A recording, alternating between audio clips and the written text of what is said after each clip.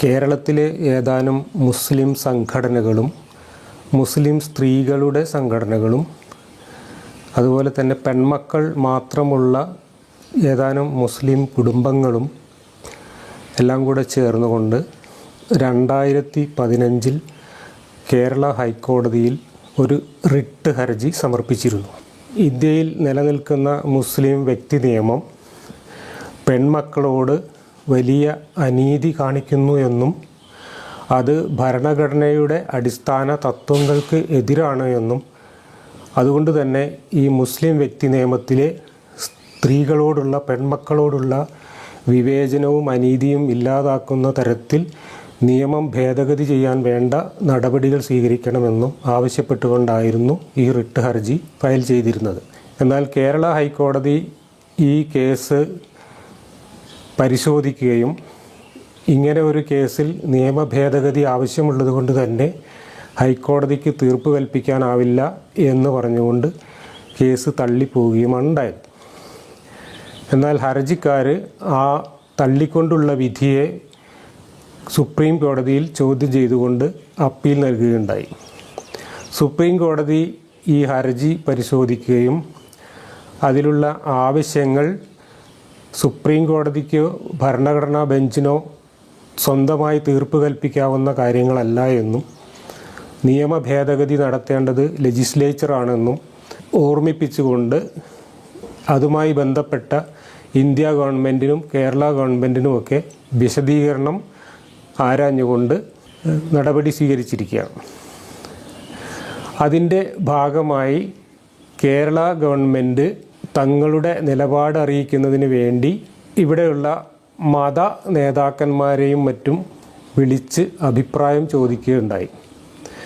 മുഖ്യമന്ത്രി അടുത്ത ദിവസം കേരളത്തിലെ മുസ്ലിം മതപണ്ഡിതന്മാരുടെ പ്രതിനിധികളെ വിളിച്ചു വരുത്തി അവരോട് ഈ കാര്യങ്ങളിൽ അവരുടെ അഭിപ്രായം എന്താണ് എന്ന് ആരായുകയുണ്ടായിട്ടുണ്ട്. ഈ ഒരു പശ്ചാത്തലത്തിലാണ് കേരളത്തിലെ മുസ്ലിം സ്ത്രീകളോട് കുറച്ച് കാര്യങ്ങൾ പറയണമെന്ന് ഞാൻ ആഗ്രഹിക്കുന്നത്. ഇവിടെ നമ്മൾ ആലോചിക്കേണ്ട ഒരു കാര്യം, ഭരിക്കുന്ന ആളുകൾ, ഇപ്പോൾ മുഖ്യമന്ത്രി ആയാലും ഗവൺമെൻറ് ആയാലും, അവർ ഇത്തരമൊരു വിഷയം മുന്നിൽ വരുമ്പോൾ ഇത് മുസ്ലിം സ്ത്രീകളുടെ പ്രശ്നമാണ്. മുസ്ലിം സ്ത്രീകളാണ് ഇതിലെ പ്രധാനപ്പെട്ട പരാതിക്കാർ. മുസ്ലിം സ്ത്രീകളാണ് ഈ വിഷയത്തിലെ അനീതി നേരിടുന്ന ഇരകൾ. അതുകൊണ്ട് തന്നെ ഇത്തരം ഒരു കാര്യത്തിൽ അഭിപ്രായം ആരായുമ്പോൾ മുൻഗണന നൽകേണ്ടത് മുസ്ലിം സ്ത്രീകൾക്കാണ്.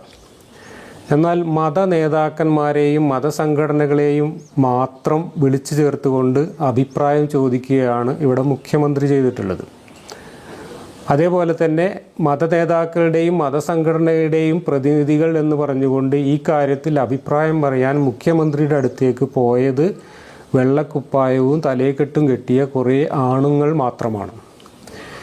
ആരാണോ ഈ പ്രശ്നത്തിലെ അനീതി നേരിടുന്ന ഇരകൾ, ആ ഇരകൾക്ക് ഒരു അഭിപ്രായവും പറയാനുള്ള അവകാശം പോലും ഇല്ല എന്ന പൊതുബോധമാണ് ഇവിടെയൊക്കെ മുഴച്ചു നിൽക്കുന്നത്. ഭരണകർത്താക്കളായാലും ശരി, മതനേതാക്കളായാലും ശരി, നിയമ വ്യവസ്ഥയായാലും ശരി, എല്ലായിടത്തും ഇതുതന്നെയാണ് അവസ്ഥ.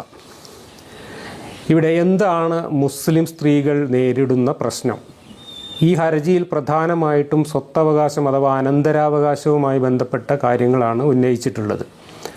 അതിൽ തന്നെ ഈ പരാതിയിൽ കക്ഷി ചേർന്നിട്ടുള്ളത് 2-3 കുടുംബങ്ങൾ പെൺമക്കൾ മാത്രമുള്ള കുടുംബങ്ങളാണ്. എന്താണ് ഈ പെൺമക്കൾ മാത്രമുള്ള കുടുംബങ്ങൾക്ക് പ്രശ്നം? എന്താണ് മുസ്ലിം വ്യക്തി നിയമത്തിലെ അനന്തരാവകാശ നിയമങ്ങളും സ്ത്രീകളും ആയിട്ടുള്ള പ്രശ്നം? ഇതാണ് ഞാൻ ഇന്ന് ഈ വീഡിയോയിൽ പരിശോധിക്കുന്നത്. ഇവിടെ നമ്മുടെ ഭരണഘടനയുടെ ഏറ്റവും മൗലികമായ തത്വം എന്ന് പറയുന്നത് തുല്യതയാണ്. ലോകം അംഗീകരിക്കുന്ന മനുഷ്യാവകാശ പ്രഖ്യാപനത്തിൻ്റെ 1-ാമത്തെ ആർട്ടിക്കിളിൽ പറയുന്ന എല്ലാ മനുഷ്യരും തുല്യരാണ് എന്ന ആശയത്തെ തന്നെ ഉയർത്തിപ്പിടിച്ചുകൊണ്ടാണ് ഇന്ത്യയുടെ ഭരണഘടനയും നിലനിൽക്കുന്നത്. ഭരണഘടനയുടെ ബേസിക് പ്രിൻസിപ്പിൾസ് ഈ തുല്യതയിൽ ഊന്നിക്കൊണ്ടുള്ളതാണ്. എന്നാൽ അതേ ഭരണഘടന അനുവദിച്ചു കൊടുത്തിട്ടുള്ള വ്യത്യസ്തമായ ഈ വ്യക്തി നിയമങ്ങൾ, മതങ്ങൾക്ക് വീതിച്ചു കൊടുത്തിട്ടുള്ള ഈ വ്യക്തി നിയമങ്ങൾ ഭരണഘടനയുടെ ഈ അടിസ്ഥാന തത്വങ്ങൾക്ക് ഘടകവിരുദ്ധമാണ് എന്നതാണ് നമ്മുടെ നിയമപരമായും ഭരണഘടനാപരമായും ജനാധിപത്യപരമായുമുള്ള ഏറ്റവും വലിയ ഒരു കോമഡി അല്ലെങ്കിൽ ഒരു കോൺട്രഡിക്ഷൻ എന്ന് പറയുന്നത്. എന്താണ് ഭരണഘടനാ വിരുദ്ധമായി നിലനിൽക്കുന്ന ഈ വിവേചനം? എന്താണ് ഇതിൽ സ്ത്രീകളോട് ചെയ്യുന്ന അനീതി? എന്താണ് പെൺകുട്ടികൾ മാത്രമുള്ള കുടുംബങ്ങൾക്ക് ഇതിൽ വരുന്ന പ്രശ്നം? ഇതാണ് നമ്മൾ പരിശോധിക്കുന്നത്. ഇസ്ലാമിലെ അല്ലെങ്കിൽ മുസ്ലിം ശരീഅത്തിലെ അനന്തരാവകാശ നിയമം അനുസരിച്ച് ഒരാൾ മരണപ്പെട്ടാൽ അയാളുടെ അനന്തര അവകാശികൾക്ക് മാത്രമേ ഈ മരണപ്പെട്ട ആളുടെ സ്വത്തിൽ അവകാശമുള്ളൂ. ഒരാൾ ജീവിച്ചിരിക്കുമ്പോൾ അയാളുടെ സ്വത്തിൽ അയാളുടെ സ്വന്തം മക്കൾക്കോ അല്ലെങ്കിൽ സ്വന്തം ഭാര്യയ്ക്കോ അച്ഛനമ്മമാർക്കോ ഒന്നും യാതൊരു അവകാശവുമില്ല എന്നതാണ് മുസ്ലിം വ്യക്തി നിയമത്തിൻ്റെ പ്രത്യേകത. എന്നാൽ മറ്റു സമുദായങ്ങളിൽ അങ്ങനെയല്ല. ജീവിച്ചിരിക്കുമ്പോൾ തന്നെ അച്ഛൻ്റെ സ്വത്തിൽ മക്കൾക്ക് അവകാശമുണ്ട് എന്ന് പറയുന്ന നിയമങ്ങളാണ് അവർക്കൊക്കെ ഉള്ളത്. ഇവിടെ മരിച്ചു കഴിഞ്ഞാൽ അനന്തര അവകാശം മാത്രമേ ഉള്ളൂ. അങ്ങനെയാണെങ്കിൽ ഒരാൾ മരിക്കുമ്പോൾ അയാൾക്ക് പെൺമക്കൾ മാത്രമാണ് അയാളുടെ അനന്തരാവകാശികളായിട്ട് അയാളുടെ കുടുംബത്തിൽ ഉള്ളത് എങ്കിൽ അയാളുടെ സ്വത്തുക്കളുടെ ചെറിയ ഒരു ഭാഗം മാത്രമേ ഈ പെൺമക്കൾക്ക് അവകാശമായി ലഭിക്കുകയുള്ളൂ മുസ്ലിം വ്യക്തി നിയമം അനുസരിച്ച്. ബാക്കി വരുന്ന സ്വത്തുക്കൾ ഇന്നത്തെ കുടുംബ സംവിധാനം അനുസരിച്ച് ഈ കുടുംബത്തിന് പുറത്തുള്ള മരണപ്പെട്ടയാളുടെ സഹോദരന്മാർക്കോ അല്ലെങ്കിൽ അയാളുടെ പിതാവിനോ അല്ലെങ്കിൽ ഈ സഹോദരങ്ങളുടെ മക്കൾക്കോ ഒക്കെ ആയിട്ട് അന്യാധീനപ്പെട്ടു പോകും. ഈ മുല്ലാസ് മുഹമ്മദൻ ലോ എന്ന് പറയുന്ന ഇന്നത്തെ ഇന്ത്യയിലെ മുസ്ലിം വ്യക്തി നിയമം നിലവിൽ വരുന്നത് ബ്രിട്ടീഷുകാരുടെ ഭരണകാലത്താണ്. ആ കാലത്തൊക്കെ മിക്കവാറും കുടുംബങ്ങളിൽ, അത് മുസ്ലിം കുടുംബമായാലും ശരി മറ്റു കുടുംബങ്ങളായാലും ശരി, കൂട്ടുകുടുംബ സംവിധാനങ്ങളാണ് നിലനിന്നിരുന്നത്. ആ കാലഘട്ടത്തിൽ ഒരുപക്ഷെ ഇങ്ങനെ സ്വത്തുക്കൾ അകന്ന ബന്ധുക്കൾക്ക് പോകുമ്പോൾ നമ്മൾ അന്യാധീനപ്പെട്ടു എന്ന് പറയാൻ പറ്റാത്ത വിധത്തിൽ ആ അകന്ന ബന്ധുക്കൾ കൂടി ഈ കൂട്ടുകുടുംബങ്ങളിലെ അംഗങ്ങളായിരുന്നു. അതുകൊണ്ട് തന്നെ ഈ പെൺമക്കൾക്ക്, ഇവിടെ നഷ്ടം വരുന്ന പെൺമക്കൾക്ക് ആ കുടുംബത്തിൽ തന്നെ ഉള്ള മറ്റുള്ളവരുടെ കയ്യിലാണ് ഈ സ്വത്തുക്കൾ പോകുന്നത് എന്നതുകൊണ്ട് അതിൻ്റെ ചെറിയ ചില ബെനിഫിറ്റുകളൊക്കെ ലഭിച്ചിരുന്നു. ആ ഒരു കാലത്താണ് ഈ നിയമങ്ങൾ ഉണ്ടാവുന്നത്. എന്നാൽ ഇന്ന് മിക്ക കുടുംബങ്ങളിലെയും സ്ഥിതി ഈ കൂട്ടുകുടുംബ വ്യവസ്ഥയല്ല, മറിച്ച് അണുകുടുംബമാണ്. അച്ഛൻ, അമ്മ, മക്കൾ എന്നിവർ മാത്രം ചേർന്ന ചെറിയ യൂണിറ്റുകളായിട്ടാണ് ഇന്നത്തെ കുടുംബ സംവിധാനം നിലനിൽക്കുന്നത്. അങ്ങനെ വരുമ്പോൾ ഒരു അണുകുടുംബത്തിലെ അച്ഛൻ്റെ സ്വത്തുക്കൾ ആ കുടുംബത്തിൽ ജീവിച്ചിരിക്കുന്ന മക്കൾക്കും അമ്മയ്ക്കും മാത്രം അവകാശപ്പെട്ടതാണ്. അതിനപ്പുറത്തേക്ക് പോകുന്നത് അന്യാധീനപ്പെട്ടു എന്ന് പറയാവുന്ന രീതിയിൽ തന്നെ ഈ കുടുംബത്തിലുള്ളവർക്ക് യാതൊരു പ്രയോജനവുമില്ലാത്ത ആളുകളിലേക്കാണ് പോകുന്നത്. ഇവിടെ പെൺമക്കൾ മാത്രമുള്ള ഒരാൾ മരണപ്പെട്ടു കഴിഞ്ഞാൽ അയാളുടെ സ്വത്തിൽ ഈ മക്കൾ മാത്രമാണ് അവകാശികളെങ്കിൽ ഒരു മകളെ ഉള്ളൂ എങ്കിൽ അയാളുടെ സ്വത്തിൻ്റെ പകുതിക്ക് മാത്രമേ ഈ മകൾക്ക് അവകാശമുള്ളൂ. ബാക്കി പകുതി അയാളുടെ സഹോദരങ്ങളോ അല്ലെങ്കിൽ മറ്റ് അകന്ന ബന്ധുക്കളോ അവകാശികളായി വന്ന് കൊണ്ടുപോകും. അയാൾക്ക് ഒന്നിൽ കൂടുതൽ പെൺമക്കൾ മാത്രമാണ് അവകാശികളുള്ളതെങ്കിൽ അയാളുടെ സ്വത്തിൻ്റെ 2/3 ഭാഗം ഈ പെൺമക്കൾ വീതിച്ചെടുക്കുകയും ബാക്കി 1/3 ഭാഗം അയാളുടെ സഹോദരങ്ങൾക്കോ അല്ലെങ്കിൽ മറ്റുള്ളവർക്കോ അന്യാധീനപ്പെട്ടു പോകും. ഇതാണ് മുസ്ലിം വ്യക്തി നിയമത്തിലുള്ള ഏറ്റവും വലിയ ഒരു പ്രശ്നം. ഇത് മുസ്ലിങ്ങളായ വിശ്വാസികൾക്ക് മാത്രമല്ല മത നേതാക്കന്മാർക്ക് തന്നെ ഇതൊരു വലിയ പ്രശ്നമായിട്ട് ഫീൽ ചെയ്യുന്നു എന്നതിൻ്റെ നിരവധി ഉദാഹരണങ്ങൾ നമുക്ക് ചുറ്റും കാണാൻ കഴിയും. എൻ്റെ നേരിട്ടുള്ള അറിവിൽ തന്നെ ജമാഅത്തെ ഇസ്ലാമിയുടെയും മുജാഹിദിൻ്റെയും സുന്നിയുടെയും ഒക്കെ ഏറ്റവും ടോപ്പിലുള്ള നേതാക്കന്മാരുടെ കുടുംബങ്ങളിൽ പോലും ഇങ്ങനെയുള്ള പ്രശ്നങ്ങളെ മറികടക്കാൻ വേണ്ടി അള്ളാഹുവിനെ പറ്റിച്ച്, ഇസ്ലാമിനെ പറ്റിച്ച്, ഇസ്ലാമിക നിയമത്തെ പറ്റിച്ച് കുറുക്കു വഴികളിലൂടെ മരണപ്പെടുന്നതിന് മുമ്പ് തന്നെ സ്വത്തുക്കൾ സ്വന്തം മക്കളുടെ പേരിലാക്കാൻ പെടാപ്പാട് പെടുന്നത് ഞാൻ കണ്ടിട്ടുണ്ട്. അതിനൊരുപാട് സാങ്കേതികമായും നിയമപരമായും ബുദ്ധിമുട്ടുകളുണ്ട്. സ്വന്തം മക്കളുടെ പേരിൽ സ്വത്തുക്കൾ ഇഷ്ടദാനമായിട്ട് എഴുതി വെക്കുന്നതിന് പരിധിയുണ്ട്. 1/3 ഇഷ്ടദാനം ചെയ്യാൻ പറ്റുള്ളൂ.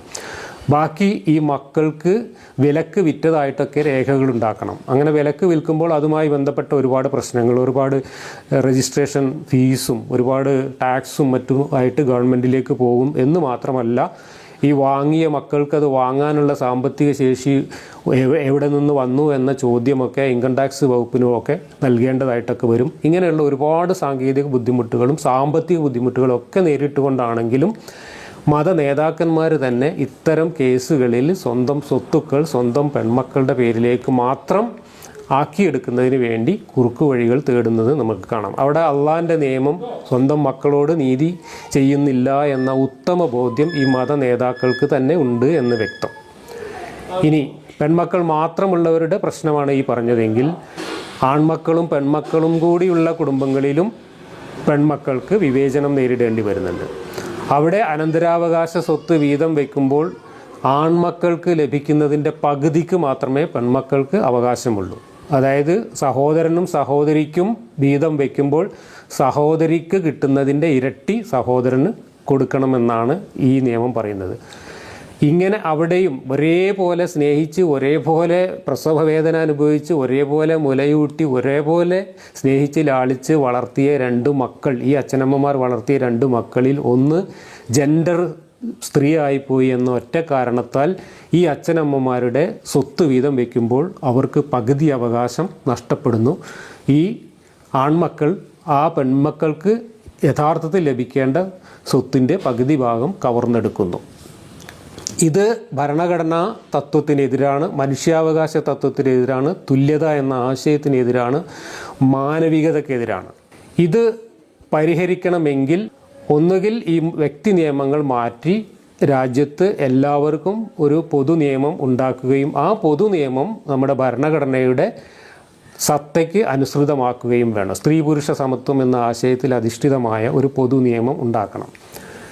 അതല്ലെങ്കിൽ വ്യക്തി നിയമങ്ങളെ അതിനനുസരിച്ച് പരിഷ്കരിച്ചെടുക്കണം.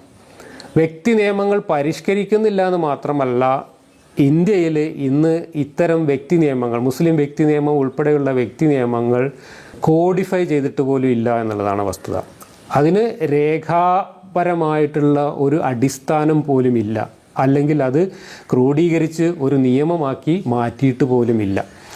മറിച്ച് ചില പുസ്തകങ്ങളെയും ചില കീഴ്വഴക്കങ്ങളെയും ആധാരമാക്കി കോടതികളിൽ നിന്ന് ഓരോ കാലഘട്ടത്തിലും അവരവർക്ക് ജഡ്ജിമാർക്ക് തോന്നുന്ന രീതിയിൽ നൽകിയിട്ടുള്ള വിധികൾ മാത്രമാണ് നിയമമായിട്ട് നമ്മുടെ രാജ്യത്ത് നിലനിൽക്കുന്നത്.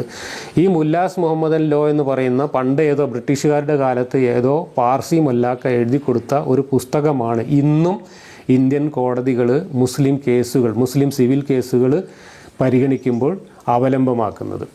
അതിനകത്ത് ഖുർആനും ഹദീസും ഇസ്ലാമിക നിയമങ്ങളുമായി പോലും പൊരുത്തക്കേടുള്ള ഒരുപാട് കാര്യങ്ങളുണ്ട്. എന്ന് മാത്രമല്ല ഷിയാക്കളും സുന്നികളും തമ്മിലുള്ള ഒരുപാട് പ്രശ്നങ്ങളുണ്ട്. ഷിയാക്കൾക്ക് ബാധകമായ നിയമങ്ങൾ സുന്നികൾക്ക് ബാധകമായി അതിനകത്ത് എഴുതി വച്ചിട്ടുണ്ട്. മുത്തുക വിവാഹം പോലുള്ള വളരെ അപരിഷ്കൃതമായ വെറും വ്യഭിചാരത്തിന് അനുവാദം നൽകുന്ന നിയമം പോലും ഈ മുല്ലാസ് മുഹമ്മദൻ ലോയിലുണ്ട്. അതെല്ലാം മുസ്ലിം വ്യക്തി നിയമം എന്ന പേരിൽ ഇന്ന് നിലവിൽ നിൽക്കുന്നു ഇന്ത്യയിൽ. ഇതാണ് അവസ്ഥ. അപ്പോൾ കോഡിഫൈ ചെയ്തിട്ടില്ലാത്ത ഒരു നിയമഗ്രന്ഥമായി പോലും ക്രോഡീകരിച്ചിട്ടില്ലാത്ത ചില കീഴ്വഴക്കങ്ങൾ മാത്രമായി നിലനിൽക്കുന്ന ഈ മുസ്ലിം വ്യക്തി നിയമത്തെ ഭരണഘടനയുടെ അടിസ്ഥാന തത്വത്തിനെതിരായിട്ട് കോഡിഫൈ ചെയ്തില്ലെങ്കിൽ അത് ഭരണഘടനാ വിരുദ്ധമായി തന്നെ നിലനിൽക്കും. അത് കോഡിഫൈ ചെയ്യാതിരിക്കുന്നതിൻ്റെ കാരണവും അതാണ് എന്നാണ് പറയപ്പെടുന്നത്. കാരണം അങ്ങനെ കോഡിഫൈ ചെയ്തൊരു നിയമമാക്കി കഴിഞ്ഞാൽ അത് ഭരണഘടനാ ബെഞ്ചിൽ ചോദ്യം ചെയ്യപ്പെടുകയും അത് അസാധുവാക്കപ്പെടുകയും ചെയ്യും. അത് ഭയപ്പെടുന്നത് കൊണ്ടാണ് ഭരണാധികാരികൾ അങ്ങനെ ഒരു നിയമം ക്രോഡീകരിക്കുന്നതിനുള്ള നടപടികൾ പോലും ഇതുവരെ സ്വീകരിക്കാതിരിക്കുന്നത് എന്നാണ് പറയപ്പെടുന്നത്. ഇനി മത നേതാക്കൾ ഈ വക വിഷയങ്ങളെ ചർച്ച ചെയ്യുമ്പോൾ പറയുന്ന കുറേ ന്യായങ്ങളുണ്ട്. മുടന്തൻ ന്യായങ്ങൾ എന്ന് പറയാവുന്ന കുറേ വാദങ്ങൾ അവരുന്നയിക്കാറുണ്ട്. അതിലൊന്ന്, സ്ത്രീകൾക്ക് പുരുഷന്മാരുടെ പകുതി സ്വത്ത് നൽകുന്നത് ഇസ്ലാമിലെ സമഗ്രമായിട്ടുള്ള ഒരു കാഴ്ചപ്പാടിൻ്റെ അടിസ്ഥാനത്തിലാണ്. ഇസ്ലാമിൽ പുരുഷന്മാരാണ് സ്ത്രീകളെ സംരക്ഷിക്കേണ്ടത്. കാരണം ഖുർആനിൽ അങ്ങനെയാണ് പറഞ്ഞിട്ടുള്ളത്. പുരുഷന്മാർ സ്ത്രീകളുടെ മേൽ കാര്യകർത്താക്കളാണ്, സംരക്ഷകരാണ് എന്നാണ് പറഞ്ഞിട്ടുള്ളത്. അതുകൊണ്ട് പുരുഷന്മാർക്ക് സ്ത്രീകളെ സംരക്ഷിക്കാനുള്ള ബാധ്യത ഉള്ളതുകൊണ്ടാണ് പുരുഷന്മാർക്ക് കൂടുതൽ സ്വത്ത് നൽകുന്നത് എന്നാണ് ഇവരുടെ ഒരു മുടന്തൻ ന്യായം. ഈ ന്യായം ഇന്നത്തെ കുടുംബ വ്യവസ്ഥയുമായി ബന്ധപ്പെടുത്തി നമ്മൾ പരിശോധിക്കുകയാണെങ്കിൽ ശുദ്ധ അസംബന്ധമാണ് എന്ന് കാണാം. കാരണം ഒരു കുടുംബത്തിൽ അനന്തരാവകാശികളായി വരുന്ന പെൺമക്കളെ സംരക്ഷിക്കുന്നത് അവർ വിവാഹിതരാണെങ്കിൽ അവരുടെ ഭർത്താക്കന്മാരാണ്. അതല്ല, അവർ അവിവാഹിതരാണെങ്കിൽ അവരെ സംരക്ഷിക്കാൻ, ഈ വാപ്പ മരിച്ചു കഴിഞ്ഞാൽ പിന്നെ അവരെ സംരക്ഷിക്കാൻ അവരുടെ ഉമ്മ മാത്രമേ ഉള്ളൂ, വേറെ ആരുമില്ല. സഹോദരന്മാർ വേറെ കല്യാണം കഴിച്ച് വേറെ കുടുംബമായിട്ട് പുറത്ത് പോയിട്ടുണ്ടാവും. അങ്ങനെ പോയാലും പോയില്ലെങ്കിലും ഈ സഹോദരന്മാർ സഹോദരിമാരെ സംരക്ഷിക്കുക എന്നത് ഇസ്ലാമിക നിയമത്തിൽ നിർബന്ധമായിട്ടുള്ള ഒരു കാര്യമേ അല്ല. അതിന് നിയമപരമായിട്ട് യാതൊരു സാധുതയോ തെളിവോ ഇല്ല. അപ്പോൾ സംരക്ഷണ ബാധ്യത ഒട്ടും തന്നെ ഇല്ലാത്ത സഹോദരന്മാരാണ് ഈ സഹോദരിയുടെ സ്വത്തിൻ്റെ പകുതി കവർന്നു കൊണ്ടുപോകുന്നത് എന്നതുകൊണ്ട് തന്നെ ഈ പറയുന്ന ന്യായം ശുദ്ധ അസംബന്ധമാണ്. ഇസ്ലാം നിയമം അനുസരിച്ച് വിവാഹം കഴിഞ്ഞ ഒരു പെണ്ണിനെ സംരക്ഷിക്കേണ്ടത് അവളുടെ ഭർത്താവായിട്ടുള്ള പുരുഷനാണ്. ഈ ഭർത്താവായിട്ടുള്ള പുരുഷൻ അവളെ സംരക്ഷിക്കുന്നു എന്നതുകൊണ്ടാണ് അവളുടെ സ്വത്തിൻ്റെ പകുതി അവളുടെ ആങ്ങള കൊണ്ടുപോകുന്നത് എന്ന് പറയുന്നതിന് എന്ത് ന്യായമാണുള്ളത്? അവളുടെ സ്വത്തിൻ്റെ പകുതി അവളുടെ ഭർത്താവിന് സ്ത്രീധനമായിട്ട് കൊടുക്കുകയല്ലേ? അങ്ങനെയാണെങ്കിൽ ഈ ന്യായം ശരിയാവണമെങ്കിൽ ചെയ്യേണ്ടത്, അവിടെ സ്ത്രീധനം ഇസ്ലാമിലില്ല. സ്ത്രീധനം ഇസ്ലാമിൽ ഹറാമാണ്. സ്ത്രീധനം നമ്മുടെ രാജ്യത്തും നിയമവിരുദ്ധമായിട്ടുള്ള കാര്യമാണ്.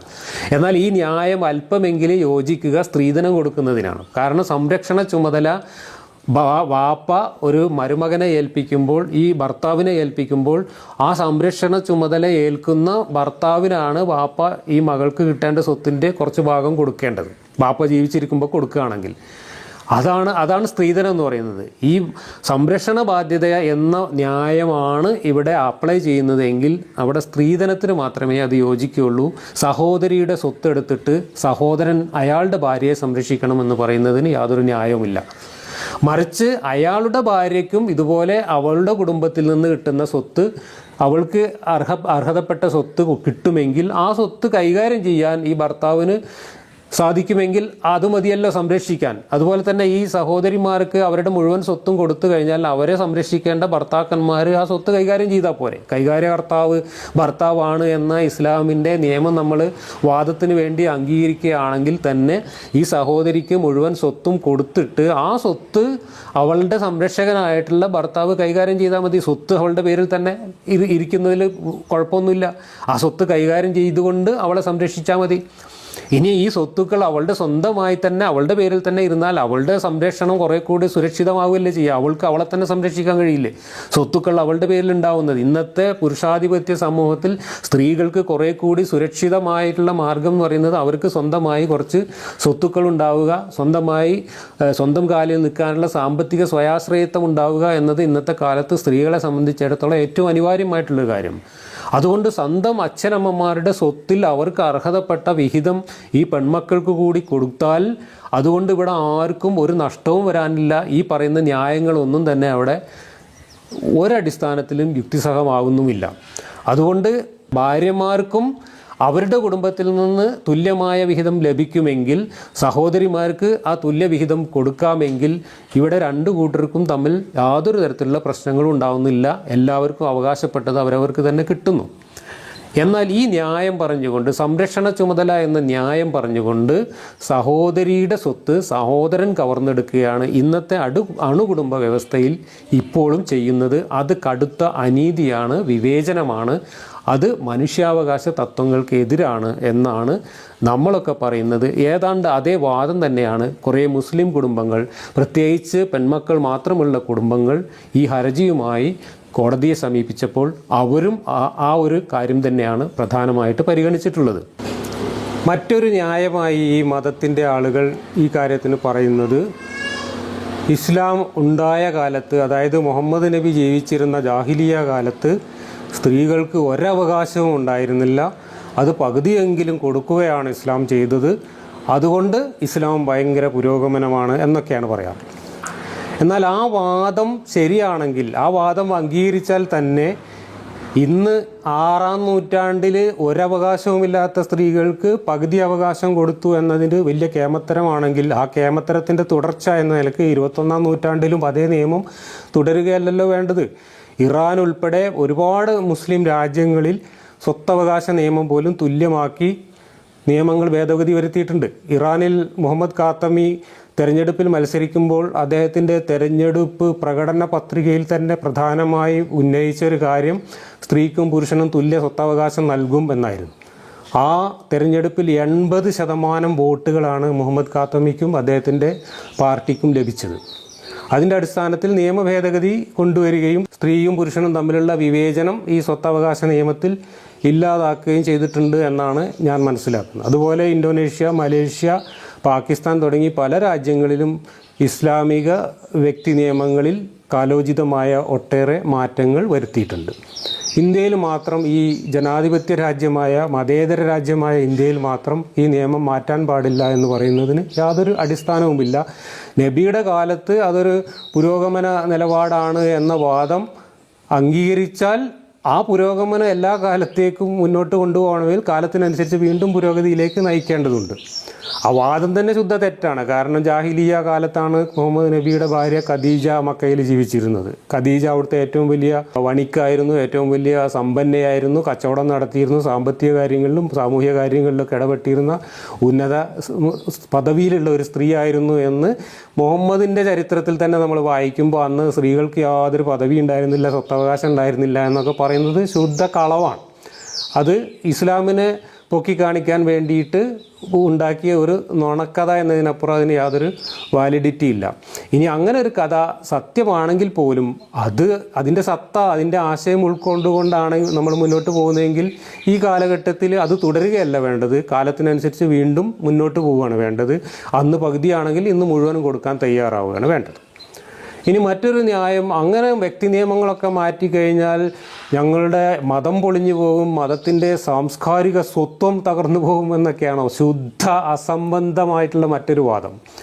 കാരണം ഇസ്ലാമിൻ്റെ സ്വത്വം, സാംസ്കാരിക സ്വത്വം എന്ന് പറയുന്നത് ഈ സ്ത്രീകളോട് കാണിക്കുന്ന വിവേചനം മാത്രമാണ്. ആകെക്കൂടെ ഇവിടെ മുസ്ലിം വ്യക്തി നിയമത്തിൽ വരുന്നത് വിവാഹം, വിവാഹമോചനം, പിന്നെ ഈ സ്വത്തവകാശം, ദത്ത് തുടങ്ങിയിട്ടുള്ള 3-4 കാര്യങ്ങൾ മാത്രമാണ് ഇവിടുത്തെ വ്യക്തി നിയമത്തിൽ വരുന്നുള്ളൂ. ബാക്കിയുള്ള എല്ലാ കാര്യങ്ങളും പൊതു നിയമം അനുസരിച്ചാണ് ഇവിടെ മുസ്ലിങ്ങൾ ജീവിക്കുന്നത്. ഇവിടെ സ്ത്രീകൾക്ക് പകുതി സ്വത്തവകാശം നൽകുന്നു എന്നതിന് ഇവർ പറയുന്ന ന്യായം ഒന്നുമല്ല യഥാർത്ഥത്തിൽ ഇസ്ലാമിലുള്ളത്. ഇസ്ലാമിൽ സ്ത്രീ എന്ന് പറയുന്നത് പുരുഷൻ്റെ പകുതി മാത്രം വില കൽപ്പിക്കാവുന്ന ഒരു 2ാം തരം ജീവി തന്നെയാണ്. അതിൻ്റെ തെളിവ് സ്വത്തവകാശത്തിൽ മാത്രമല്ല കാണുന്നത്.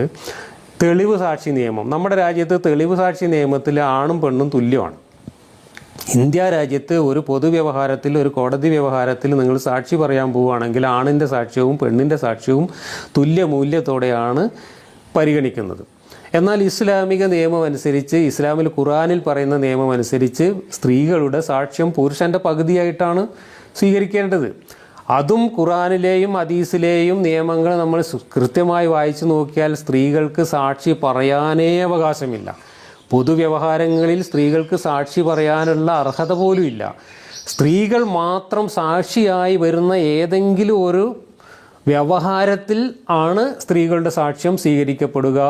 അതുതന്നെ ഒരു പുരുഷന് പകരം 2 സ്ത്രീകൾ എന്ന നിലയിൽ അരപ്പുരുഷൻ്റെ വില കൽപ്പിച്ചുകൊണ്ട് മാത്രമേ സ്വീകരിക്കാൻ പാടുള്ളൂ. ഇതാണ് ഖുർആൻ്റെയും ഹദീസിൻ്റെയും നിലപാട്. അതാണ് ഇസ്ലാമിൻ്റെ നിലപാട്.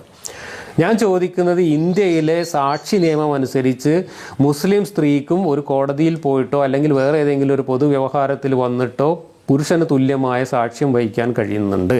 ഒരു മുസ്ലിം സ്ത്രീയുടെ ഒപ്പിന് ഒരു മുസ്ലിം പുരുഷൻ്റെ ഒപ്പിൻ്റെ തുല്യ വിലയാണ് നമ്മുടെ ഏതൊരു ഓഫീസിലും ഏതൊരു രേഖയിലും കൽപ്പിക്കപ്പെടുന്നത്.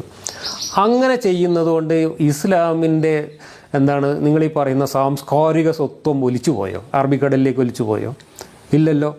സാക്ഷ്യം തന്നെയാണല്ലോ വോട്ട് എന്ന് പറയുന്നത്. വോട്ടവകാശം എന്ന് പറയുന്നത് ഒരു തരത്തിലുള്ള സാക്ഷ്യം വഹിക്കലാണ്. ഇന്ന ആളാണ് ഞാൻ തിരഞ്ഞെടുക്കുന്നത് എന്ന് പറഞ്ഞുകൊണ്ട് ഒരാൾ സാക്ഷ്യം വഹിക്കുന്നതാണ് ഒരു ബാലറ്റ് പേപ്പറിൽ നമ്മൾ പോയിട്ട് വോട്ട് ചെയ്യുന്നത്. ഇസ്ലാമിൻ്റെ സാംസ്കാരിക സ്വത്വം നിലനിർത്താൻ വേണ്ടിയിട്ട് മുസ്ലിം സ്ത്രീകളുടെ വോട്ട് പകുതിയായിട്ട് ചുരുക്കണം എന്ന് ഇന്ന് വരെ എവിടെയെങ്കിലും ഏതെങ്കിലും മതപണ്ഡിതനോ മത നേതാവോ മതരാഷ്ട്രീയക്കാരോ ആവശ്യപ്പെടുന്നത് നിങ്ങൾ കണ്ടിട്ടുണ്ടോ? എന്തേ അങ്ങനെ പറയാത്തത്? പാകിസ്ഥാനിൽ മുമ്പ് അങ്ങനെ ഒരു കോമഡി ഉണ്ടായിട്ടുണ്ട്. പാകിസ്ഥാനിൽ സ്ത്രീകളുടെ വോട്ടവകാശം സംബന്ധിച്ച് ഒരു കമ്മീഷനെ 3 അംഗ കമ്മീഷനെ നിയോഗിക്കുകയുണ്ടായി സിയാഉൽ ഹക്കിൻ്റെ ഭരണകാലത്ത്. അതിൽ ആ കമ്മീഷനിൽ ഒരാൾ പറഞ്ഞത് മുസ്ലിം സ്ത്രീകൾക്ക് വോട്ടവകാശം കൊടുക്കാം, പക്ഷേ ആ വോട്ട് പുരുഷ വോട്ടിൻ്റെ പകുതിയായിട്ട് പരിഗണിക്കണം എന്നാണ്. എന്നുവെച്ചാൽ പെണ്ണുങ്ങൾക്ക് വേറെ ബാലറ്റ് വെട്ടി വെച്ചിട്ട് ആ ബാലറ്റ് പേപ്പർ എണ്ണിയിട്ട് 2 കൊണ്ട് അരിച്ചിട്ട് അത് മറ്റേ വോട്ടുമായിട്ട് കൂട്ടിയാലേ ശരിയാവുള്ളൂ എന്നാണ് ഒരാൾ പറഞ്ഞത്. അതാണ് ഇസ്ലാം. കാരണം ഒരു വോട്ട് ചെയ്യാന്ന് പറഞ്ഞാൽ ഒരാളുടെ സാക്ഷ്യമാണ്. അത് പെണ്ണിൻ്റെ വോട്ടിന് അര മൂല്യമേ കൽപ്പിക്കാൻ പാടുള്ളൂ എങ്കിൽ എന്തായിരിക്കും നമ്മുടെ മുസ്ലിം ലീഗിൻ്റെയൊക്കെ അവസ്ഥ? അല്ലെങ്കിൽ നമ്മുടെ രാജ്യത്തെ രാഷ്ട്രീയ പാർട്ടികളുടെ അവസ്ഥ എന്തായിരിക്കും? എന്തേ ഇസ്ലാമിൻ്റെ സാംസ്കാരിക സ്വത്വം ഈ വോട്ടവകാശത്തിൻ്റെ കാര്യത്തിൽ ചോർന്നു പോകാത്തത്, തുല്യമായ വോട്ട് നൽകിയിട്ട്? അപ്പോൾ സാക്ഷി നിയമത്തിൽ പോലും ഒരു സ്ത്രീക്ക് പുരുഷൻ്റെ പകുതിയാണ് മൂല്യം കൽപ്പിച്ചിട്ടുള്ളത് എങ്കിൽ, അതുപോലെ കൊല്ലപ്പെട്ട ഒരു സ്ത്രീക്ക് ബ്ലഡ് മണി കൊടുക്കുമ്പോൾ, നഷ്ടപരിഹാരം കൊടുക്കുമ്പോൾ, സൗദി അറേബ്യയിലുള്ളൊക്കെ നിയമം നിങ്ങൾ പരിശോധിച്ച് നോക്ക്. പുരുഷന് കൊടുക്കുന്നതിൻ്റെ പകുതി കൊടുത്താൽ മതി ഒരു സ്ത്രീയെ കൊന്നു കഴിഞ്ഞാൽ. ഒരു സ്ത്രീ കൊല്ലപ്പെട്ടാൽ നഷ്ടപരിഹാരം പോലും അതേ സ്ഥാനത്തുള്ള ഒരു പുരുഷൻ മരിച്ചാൽ കൊടുക്കുന്നതിൻ്റെ പകുതി എന്നാണ് ഇസ്ലാമിൽ പറഞ്ഞിട്ടുള്ളത്. അപ്പോൾ ഏത് മേഖലയിലും പുരുഷൻ്റെ പകുതി മാത്രം വിലയുള്ള ഒരു രണ്ടാന്തരം ജീവിയാണ് സ്ത്രീ എന്നാണ് പറയുന്നത്. സാക്ഷി നിയമത്തിൻ്റെ കാര്യത്തിൽ അതിന് മുഹമ്മദ് നബി വിശദീകരിച്ചിട്ടുള്ള, സ്ത്രീകളുടെ ഒരു സദസ്സിൽ പോയിട്ട് വിശദീകരിച്ചിട്ടുള്ള കാരണം ബുഖാരി ഹദീസിലൊക്കെ ഉണ്ട്. എന്താ കാരണം? സ്ത്രീകൾക്ക് ബുദ്ധി കുറവാണ് എന്നാണ് അതിന് പറഞ്ഞത്. സ്ത്രീകൾക്ക് ബുദ്ധി കുറവാണ്, അതുകൊണ്ട് സ്ത്രീകളുടെ സാക്ഷ്യവും സ്ത്രീകളുടെ വോട്ടവകാശവും ഒക്കെ പുരുഷൻ്റെ പകുതി മതി, അല്ലെങ്കിൽ ഞങ്ങളുടെ മതത്തിൻ്റെ സാംസ്കാരിക സ്വത്വം അറബിക്കടലിലേക്ക് ചോർന്നു പോകും എന്ന് ഒരു മുസ്ലിം നേതാവും ഇതുവരെ പറഞ്ഞിട്ടില്ല. അങ്ങനെ ചോർന്നു പോവില്ല എങ്കിൽ പിന്നെ ഈ സ്വത്തവകാശം തുല്യമായിട്ട് കൊടുത്താൽ ഇസ്ലാമിൻ്റെ സ്വത്വം ഒന്നായിട്ട് ചോർന്നു പോകുമോ? എന്ത് അസംബന്ധമാണ് ഈ പറയുന്നത്? സ്വത്തവകാശം തുല്യമായിട്ട് കൊടുത്താൽ ഇന്നത്തെ കുടുംബ വ്യവസ്ഥയിൽ അവിടെ സ്ത്രീക്കും പുരുഷനും ഒക്കെ അതുകൊണ്ട് ലാഭം മാത്രമേ ഉണ്ടാവൂ, നീതി മാത്രമേ ലഭിക്കുകയുള്ളൂ. നേരെ മറിച്ച് ഈ പെൺകുട്ടികളുടെ സ്വത്ത് എടുത്തിട്ട് സഹോദരങ്ങൾക്ക് കൊടുക്കുമ്പോൾ കുടുംബങ്ങൾക്കകത്ത് പോലും അത് മാനസികമായിട്ടുള്ള അകൽച്ചയ്ക്കും പ്രശ്നങ്ങൾക്കും കാരണമാവുകയാണ് ചെയ്യുന്നത്. അങ്ങനെ കാരണമാകുന്നുണ്ട് എന്ന് ഇന്ന് നമ്മുടെ ചുറ്റുപാടും നോക്കിക്കഴിഞ്ഞാൽ നമുക്കറിയാം. എത്രയോ സ്ത്രീകൾ മുറുമുറുക്കുന്നത് ഞാൻ കേട്ടിട്ടില്ല. എന്തൊരു നിയമമാണ് നമ്മുടെ മതത്തിലേതെന്ന് പറഞ്ഞിട്ട് പല സ്ത്രീകളും നമ്മുടെയൊക്കെ വീട്ടിൽ വന്നിട്ട് ഇതിനെക്കുറിച്ച് പരാതി പറഞ്ഞു. ഇന്ന് ഞാൻ കണ്ടിട്ടുണ്ട്. 5 നേരം നിസ്കരിക്കുന്ന സ്ത്രീകളാണ്, പക്ഷേ ഈ നിയമം വല്ലാത്തൊരു നിയമമായി പോയി, ഇതെന്താണ് ഇങ്ങനെ എന്ന് നമ്മളോടൊക്കെ പരാതി പറയുന്ന നിരവധി സ്ത്രീകളെ ഞാൻ കണ്ടിട്ടുണ്ട്. എൻ്റെ കുടുംബത്തിൽ പോലും ഉണ്ട്. ഇതൊന്നും ഒരു ദൈവം ലോകാവസാനം വരേക്കും എഴുതി വെച്ചിട്ടുള്ള മാറ്റാൻ പാടില്ലാത്ത നിയമം അല്ല എന്നാണ് ഇവിടെ അടിസ്ഥാനപരമായി മനസ്സിലാക്കേണ്ടത്. അങ്ങനെ ഒട്ടേറെ നിയമങ്ങൾ നമ്മൾ മാറ്റിയിട്ടുമുണ്ട്. നമ്മളിന്ന് ജീവിക്കുന്നതും ഈ നിയമം അനുസരിച്ചല്ല. പ്രത്യേകിച്ച് ഒരു ബഹുസ്വര ജനാധിപത്യ രാജ്യമായ ഇന്ത്യയിലെ മുസ്ലിങ്ങൾ ജീവിക്കുന്നത് അവരുടെ ജീവിത വ്യവഹാരങ്ങളിൽ 99% കാര്യങ്ങളിലും അവർ ഇസ്ലാമിന് പുറത്തുള്ള നിയമങ്ങളനുസരിച്ചാണ് ജീവിക്കുന്നത്. ഇസ്ലാമിൽ പലിശയുമായി ബന്ധപ്പെട്ടതെല്ലാം ഹറാമാണെന്ന് പറയുന്നു. ഇവിടെ ഞാൻ ചോദിക്കുന്നത്, ഇവിടുത്തെ സാമ്പത്തിക ഇടപാടുകളിൽ ഒരു മുസ്ലിം കുടുംബത്തിന് പലിശ കൂടാതെ ഇവിടെ ജീവിക്കാൻ കഴിയുമോ? ഒരു സർക്കാർ ഉദ്യോഗസ്ഥരാണെങ്കിൽ അവർക്ക് പലിശയിലൂടെ അല്ലാതെ അവർക്ക് സാമ്പത്തിക ഇടപാട് നടത്താൻ പറ്റുമോ? ഒരു ബിസിനസ്സുകാരനാണെങ്കിൽ അയാൾക്ക് ബാങ്ക് ഇടപാടും പലിശ ഇടപാടും ഇല്ലാതെ ബിസിനസ് മുന്നോട്ട് കൊണ്ടുപോകാൻ പറ്റുമോ? ആർക്കും കഴിയില്ല. അതുപോലെ തന്നെ ഇസ്ലാം നിഷിദ്ധമാക്കി എന്ന് പറയുന്ന കാര്യങ്ങൾ, ഇപ്പോൾ സ്ത്രീകൾ പുറത്തിറങ്ങാൻ പാടില്ല, സ്ത്രീകളുടെ മുഖം കാണാൻ പാടില്ല, സ്ത്രീകൾ വിദ്യാഭ്യാസം നേടാൻ പാടില്ല, സ്ത്രീകൾ ഭരണത്തിൽ വരാൻ പാടില്ല, അല്ലേ? ഒരു സ്ത്രീ ഭരിച്ചു കഴിഞ്ഞാൽ ആ നാട് മുടിയുമെന്നാണ് പ്രവാചകൻ പറഞ്ഞിട്ടുള്ളത്. അങ്ങനെയാണെങ്കിൽ കേരളത്തിലെ പഞ്ചായത്തുകളും മുനിസിപ്പാലിറ്റികളും പകുതിയിലേറെ ഭരിക്കുന്നത് സ്ത്രീകളാണ്. അതിനകത്തുള്ള മെമ്പർമാരിൽ പകുതിയിലേറെ സ്ത്രീകളാണ്. 50% സംവരണം കൊടുത്തുകൊണ്ട് നമ്മൾ സ്ത്രീകൾക്ക് ഏൽപ്പിച്ചു കൊടുത്തിരിക്കുകയാണ് ഈ തദ്ദേശ സ്വയംഭരണ ഭരണം മുഴുവൻ. മുസ്ലിം സ്ത്രീകൾ ഭരിക്കുന്നു. മലപ്പുറം ജില്ലയിലും കോഴിക്കോട് ജില്ലയിലും ഒക്കെ ധാരാളം മുസ്ലിം സ്ത്രീകൾ കോർപ്പറേഷൻ ചെയർപേഴ്സണായിട്ടും മുനിസിപ്പൽ ചെയർപേഴ്സണായിട്ടും പഞ്ചായത്ത് പ്രസിഡൻ്റായിട്ടും ഒക്കെ പ്രവർത്തിക്കുന്നു. അവരൊക്കെ ബുദ്ധി കുറഞ്ഞ, സാക്ഷി പറയാൻ പോലും അർഹതയില്ലാത്ത രണ്ടാന്തരം ജീവികളാണ്, ഭരിക്കാൻ പാടില്ലാത്തവരാണ്, ഭരിച്ചാൽ നാട് മുടിയുന്നവരാണ് എന്ന ഇസ്ലാമിൻ്റെ സാംസ്കാരിക സ്വത്വത്തിന് വല്ല ചോർച്ച ചെയ്തുകൊണ്ട് പറ്റുമോ?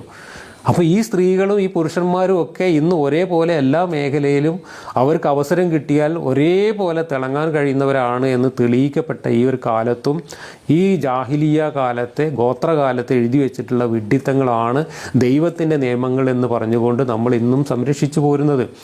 ഇതൊക്കെ ഗോത്രകാലത്തെ മനുഷ്യൻ്റെ വിവരക്കേടിൽ നിന്ന് ഉണ്ടായിട്ടുള്ളതാണ്. ഇവിടെ സ്ത്രീകൾക്ക് ബുദ്ധി കുറവായതുകൊണ്ടല്ല സ്ത്രീകളെ ഈ കോലത്തിലൊക്കെ ആക്കിയത്, മറിച്ച് ഈ നിയമങ്ങൾ എഴുതി വെച്ച ദൈവങ്ങൾക്കും ദൈവദൂതന്മാർക്കും ബുദ്ധി കുറവായതുകൊണ്ടാണ്, വിവരം കുറവായതുകൊണ്ടാണ്, അവർക്ക് സംസ്കാരം കുറവായതുകൊണ്ടാണ് ഇത്തരം അസംബന്ധങ്ങൾ ഇതിനകത്തൊക്കെ എഴുതി വെച്ചിട്ടുള്ളത്. ഇതാണ് ഇതിനെക്കുറിച്ച് നമ്മൾ മനസ്സിലാക്കേണ്ടത്. ഈ കാര്യങ്ങളൊക്കെ മനസ്സിലാക്കിക്കൊണ്ട് കേരളത്തിലെ മുസ്ലിം സ്ത്രീകൾ, പ്രത്യേകിച്ച് പുതിയ തലമുറയിൽപ്പെട്ട മുസ്ലിം പെൺകുട്ടികൾ ഈ മതത്തിൻ്റെ ഇത്തരത്തിലുള്ള സ്ത്രീവിരുദ്ധതയെ തുറന്നു കാണിക്കാനും അതിനെ ചോദ്യം ചെയ്യാനും മുന്നോട്ട് വരണമെന്നും ഇത്തരം നിയമപ്രശ്നങ്ങളൊക്കെ ഉണ്ടാകുന്ന സമയത്ത് നിയമപരമായിട്ട് സംരക്ഷണം ലഭിക്കുന്നതിനും തുല്യനീതി ലഭിക്കുന്നതിനും വേണ്ടി പിന്തുണ നൽകണമെന്നുമാണ് എനിക്ക് ഈ ഒരു അവസരത്തിൽ മുസ്ലിം പെൺകുട്ടികളോടും മുസ്ലിം സ്ത്രീകളോടും ഈ കാര്യത്തിൽ പറയാനുള്ളത്. ഇനി ഇതിനൊന്നും മതം തയ്യാറല്ലെങ്കിൽ, ഈ മത ശാഠ്യം ഇതിനൊന്നും നിങ്ങൾ അനുവദിക്കുന്നില്ലെങ്കിൽ, നിങ്ങൾക്ക് മനുഷ്യരായി ജീവിക്കാൻ ആഗ്രഹമുണ്ടെങ്കിൽ നിങ്ങൾ ഈ മതം വിട്ട് പുറത്തു പോരുക. പക്ഷെ ഒരു കാര്യം ഇവിടെ പ്രസക്തമായിട്ട് വീണ്ടും ഉയർന്നു നിൽക്കുന്നത്, മതം വിട്ടവർക്ക് പോലും ഈ നിയമത്തിൻ്റെ കുരുക്കിൽ നിന്ന് രക്ഷ കിട്ടുന്നില്ല എന്നുള്ളതാണ്. ഇന്ത്യയിൽ മതം ഇല്ലാത്തവർക്ക് ഒരു നിയമമില്ല. അതുകൊണ്ട് തന്നെ ഇപ്പോൾ ഇസ്ലാം മതം ഉപേക്ഷിച്ച് പുറത്തു പോകുന്ന നമ്മളെപ്പോലുള്ള ആളുകൾക്ക് പോലും ബാധകമാകുന്നത് ഈ മുസ്ലിം വ്യക്തി നിയമമാണ്. നമ്മളൊക്കെ മരിച്ചാൽ നമ്മുടെ അനന്തരാവകാശ സ്വത്ത് വീതം വയ്ക്കുമ്പോൾ പോലും അതൊരു കോടതി വ്യവഹാരമായി മാറുകയാണെങ്കിൽ അവിടെ പരിഗണിക്കപ്പെടുന്നത് മുസ്ലിം വ്യക്തി നിയമമായിരിക്കും. നേരെ മറിച്ച് നമുക്ക് വേറൊരു നിയമമില്ല, ഒരു പൊതു നിയമം നമുക്ക് സ്വന്തമായി ഓപ്റ്റ് ചെയ്യാൻ കഴിയില്ല. അല്ലെങ്കിൽ നമുക്കും കൂടെ മതമില്ല എന്ന് പ്രഖ്യാപിച്ചാലും നമുക്ക് ബാധകമായ ഒരു പൊതു നിയമം ഇവിടെ ഇല്ല. അതിന് പരിഹാരം ഉണ്ടാവണമെങ്കിൽ ഈ പൊതു നിയമങ്ങൾ ഏകീകരിച്ചുകൊണ്ട് ഒരു കോമൺ സിവിൽ കോഡ് കൊണ്ടുവരിക തന്നെ വേണം. എന്നാൽ കോമൺ ആയിട്ട് സിവിൽ കോഡ് ഏകീകരിക്കണം എന്ന ശാഠ്യവും നിർബന്ധമൊന്നും ഈ സന്ദർഭത്തിൽ നമുക്കില്ല. നമ്മളിവിടെ പറയുന്നത് മുസ്ലിം വ്യക്തി നിയമത്തിലുള്ള സ്ത്രീകളോടുള്ള വിവേചനം ഇല്ലാതാക്കി ഭരണഘടന ഉറപ്പ് നൽകുന്ന തുല്യനീതി അത് ഉറപ്പുവരുത്തിക്കൊണ്ട് ഈ നിയമം ഭേദഗതി ചെയ്യണം. ആണിനും പെണ്ണിനും തുല്യമായ അവകാശങ്ങൾ നൽകുന്ന രീതിയിൽ ഈ നിയമങ്ങൾ, വ്യക്തി നിയമങ്ങൾ ഭേദഗതി ചെയ്താലും മതി. ഏകീകരിക്കണം എന്ന് നമുക്ക് നിർബന്ധമൊന്നുമില്ല. ഏകീകരിച്ചാലും ഏകീകരിച്ചില്ലെങ്കിലും തുല്യനീതി ലഭിക്കണമെന്നതാണ് നമ്മുടെ ആവശ്യം.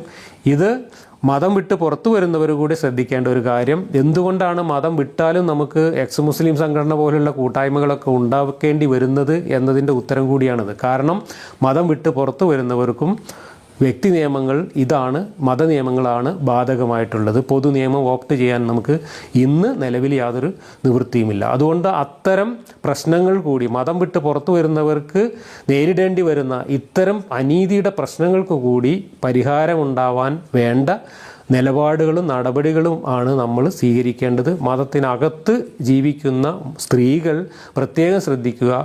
നിങ്ങളോട് കടുത്ത വിവേചനവും അനീതിയും കാണിക്കുന്ന ഈ മതനിയമങ്ങൾക്കെതിരായി മതത്തിനകത്ത് നിന്നുകൊണ്ടും പുറത്തു നിന്നുകൊണ്ടും ഉള്ള പോരാട്ടത്തിന് ഇനിയെങ്കിലും തയ്യാറായിട്ടില്ലെങ്കിൽ ഇനിയും ഒരുപാട് തലമുറകൾ ഈ വിവേചനവും ഈ അനീതിയും പേറേണ്ടി വരും. ഇതാണ് എനിക്ക് ഈ ഒരു സന്ദർഭത്തിൽ പറയാനുള്ളത്.